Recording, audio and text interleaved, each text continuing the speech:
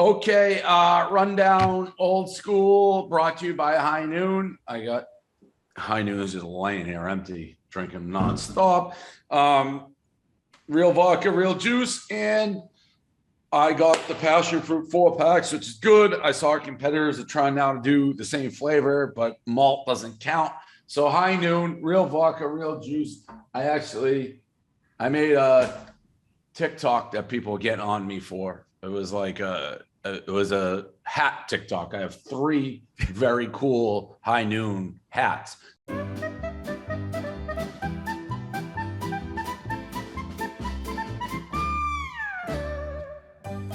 So I was just going to put them on, and I did like a transition video, like a transit. You know, when you move and like you can, what, Kevin?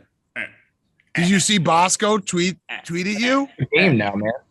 Bosco called it a bro. I'm on your fucking side, you dickhead. Then why'd you do this, man? Because that's just how the fucking game is. So people who complain about that are dumb assholes. But fuck you. You probably look like an asshole doing it. Well, I mean, I was just trying to get the hats. Bosco, I don't know. Rico, I'm actually grown to hate him. Yeah. Like, yes. Well, look, I'm a rider again, but like the more I'm away from him, the more like irritable and despicable and like hateable he is, because he's the biggest, and I don't want to make this Rico thing, but he is truly the biggest I can dish it but can't take it guy who ever lived. Like, he's so obnoxious and over the top, but if you say one word to him, he cries, takes a nap, and runs to his therapist. He's an infuriating guy. Anyways, moving on. Obviously, the big news: Tom Brady unretires. And Dan, you told me at first you're like, you did a weird tweet. There was nothing weird about that. It's like, I'm coming back.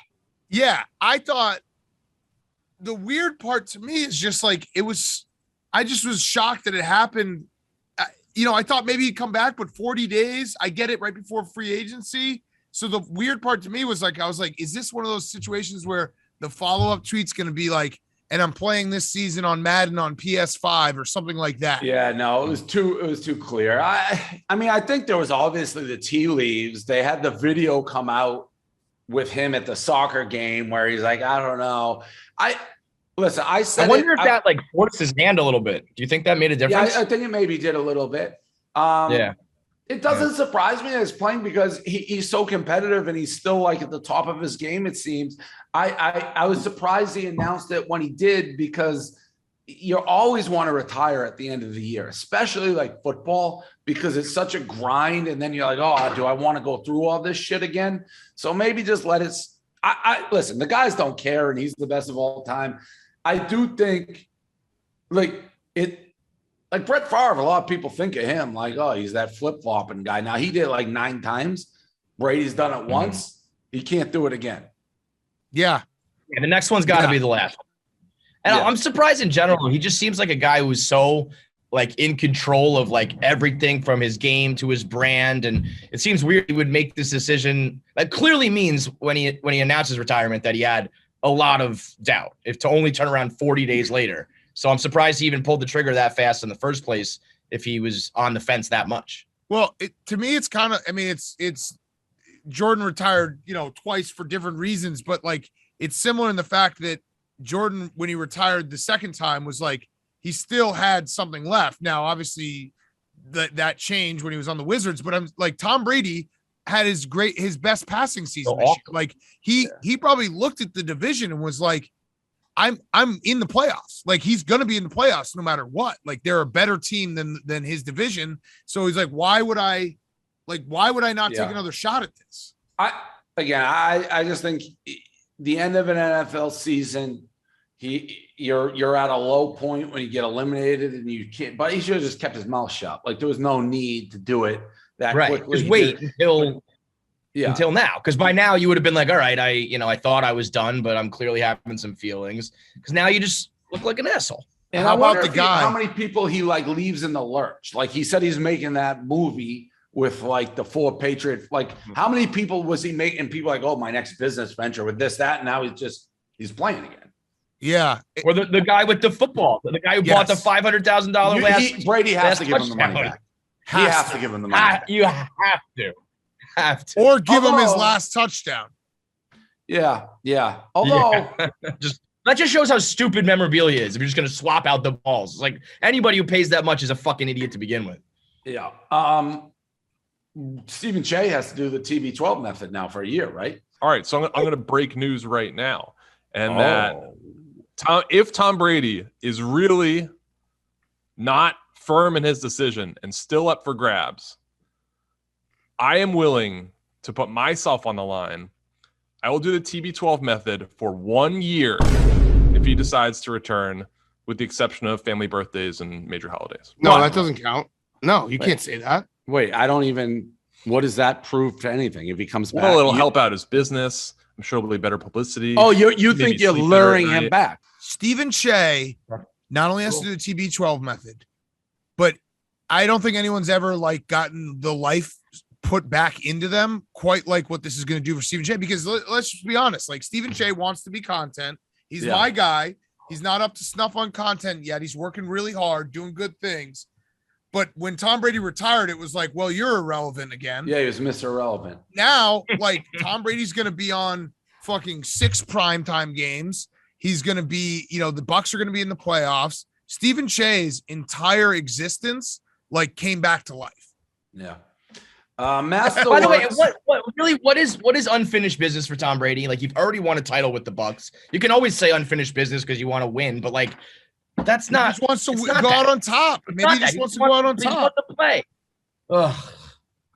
That's really the only thing you could say about his career. Is the only thing he didn't do is he didn't walk away with a Super Bowl in his hand.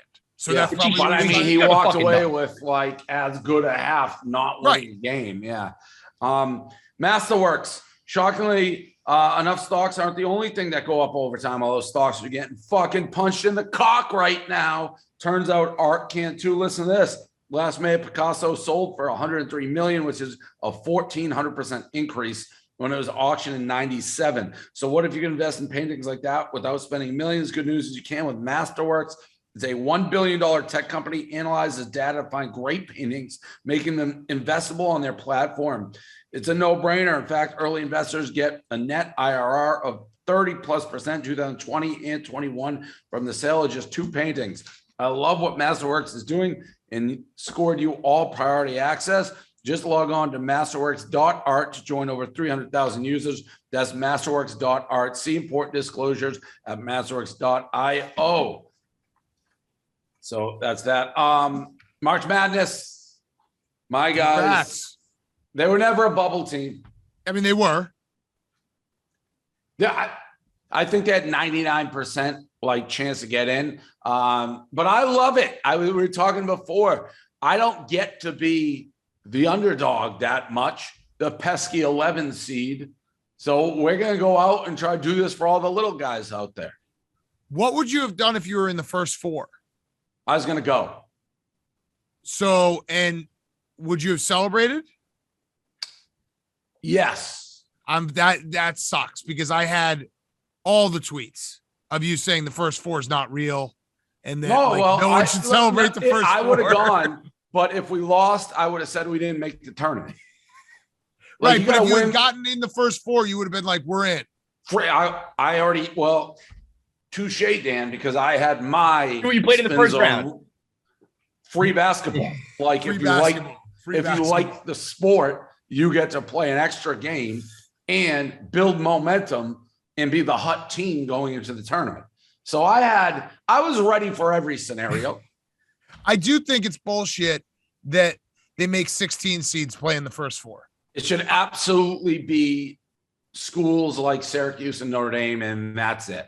Yeah, Syracuse and Indiana, Notre Dame, that thing. Yeah, yeah, teams that are big conference teams that are truly on the bubble. Yeah, Rutgers is playing. Yeah, right. Big power. It should only be Power 5 schools. Yes. Yeah. If you win your tournament, you should get in. Another thing, Rico Bosco going. First of all, Dan, on a serious note, he's going to alienate us from everybody. Yeah, he's. What's funny is you guys seeing this. So many people are have been yelling this about Rico for so many years, and you guys, it's funny watching you guys why are you he should not be allowed to put Barstool anywhere in anything he does. Why are you going after Joe Lenardi? he said that because Joe Lunardi has a St. Joe's bias. And I was like, St. Joe's hasn't been in the fucking conversation in forever. He's like, yeah, but when they are, he's got a bias towards them. And I was like, but you're the biggest bias guy in the world. We all have bias here. That's the point. He can't stuff enough dicks in his mouth with anybody who says one word nice to him. It's like that's 17 teams in the tournament, Dave.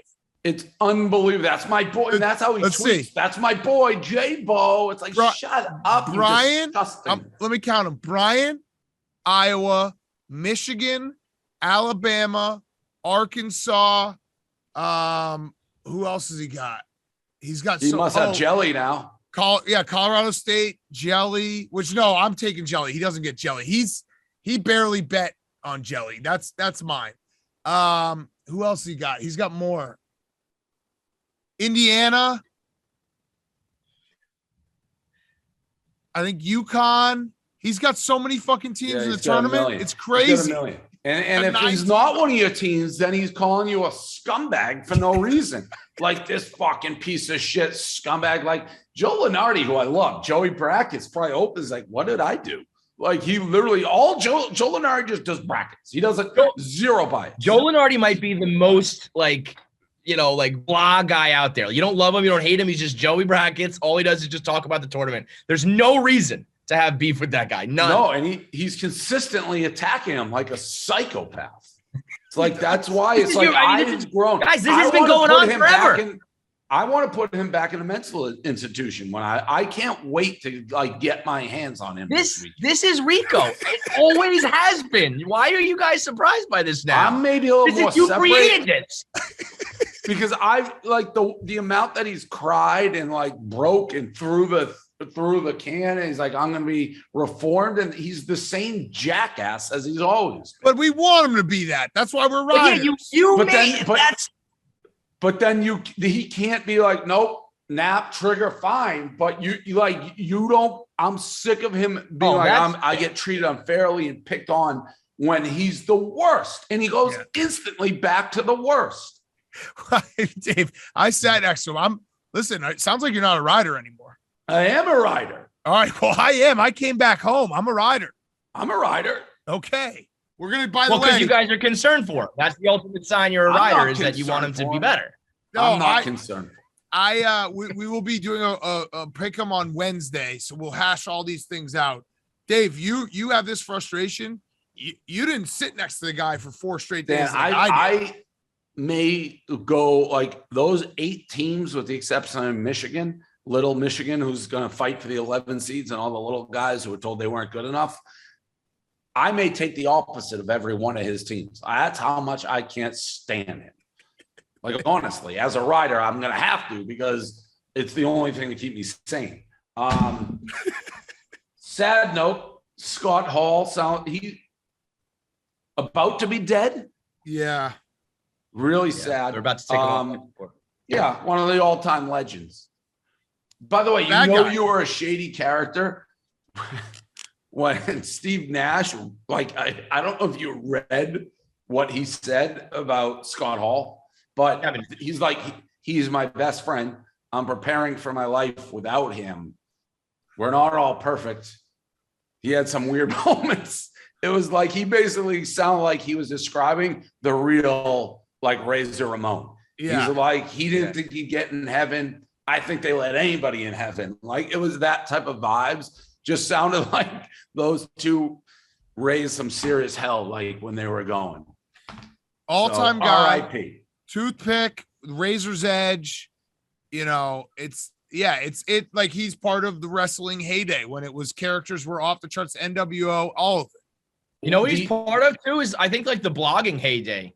The amount of references we've all made and uses the GIFs and the lines, the toothpick, the jokes, like that persona is early day Barstool and early day like internet blogging, all that shit. So one of my favorite shirts of all time.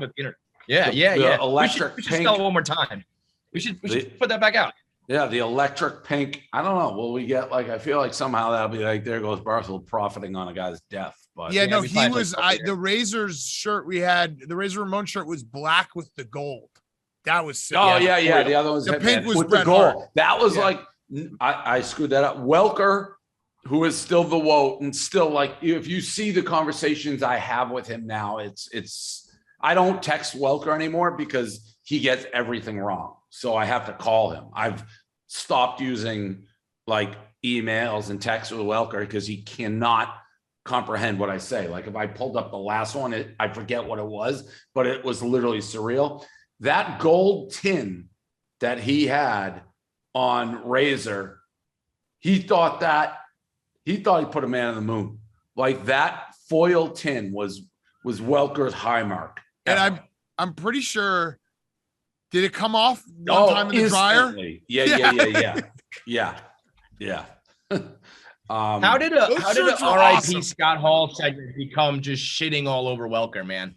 Talk about it. It was that shirt where we've never used that type of foil before. It was those were awesome shirts. Then Ultimate Warrior called you directly, right? He's like, "Hey, it's the Warrior." No, you